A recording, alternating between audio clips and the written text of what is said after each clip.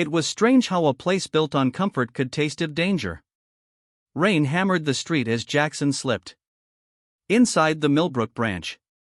His coat frayed like the memory of a man who had once served tables instead of owning empires. The air should have been welcoming garlic butter oregano, but tonight it clung to him like smoke after a fire. He asked for garlic bread in the weary voice of a traveler, no trace of the name that commanded hundreds of kitchens. Era approached, hands trembling as if carrying glass instead of a menu. Her eyes held the wild, cornered light of someone who had already seen too much. She laid down a napkin folded not for elegance, but concealment. Beneath the table, Jackson opened it. 5 words sprawled in shaky ink. Don't react. Your food isn't safe. His chest tightened, the world tilting like a stage set for a storm.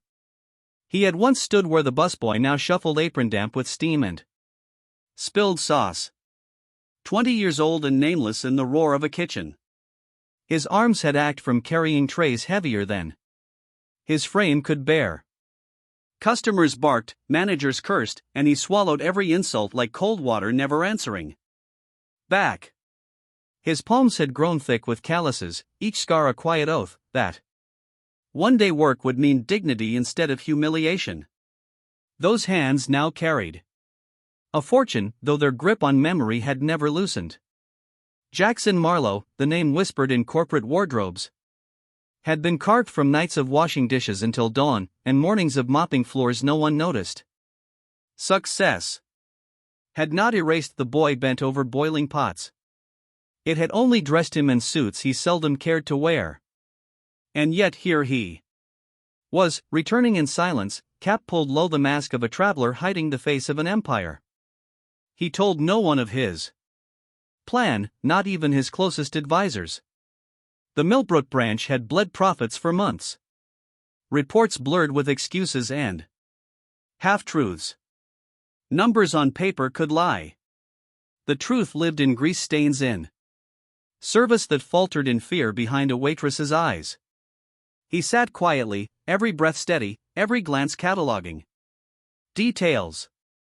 Chairs cracked and patched, carpet tired and stained.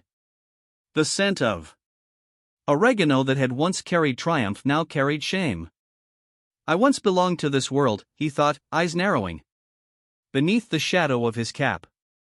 Now I return, but in darkness. No one in the dining room knew the man beneath the worn jacket. To them he was only a stranger. To himself he was a witness, ready to measure what his dream had become.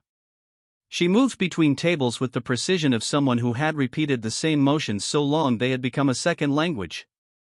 Her hair was tied back neatly, though a loose strand always seemed to fall across her cheek. The uniform hung faded on her frame, its fabric thinned from too many washes, it seems tugged by years of wear. Her shoes, once black, now carried the dull gray of exhaustion. Her hands betrayed the truth more than her smile ever could. The knuckles were rough, the fingers callous, the skin cracked where detergent and cold water had stripped it raw.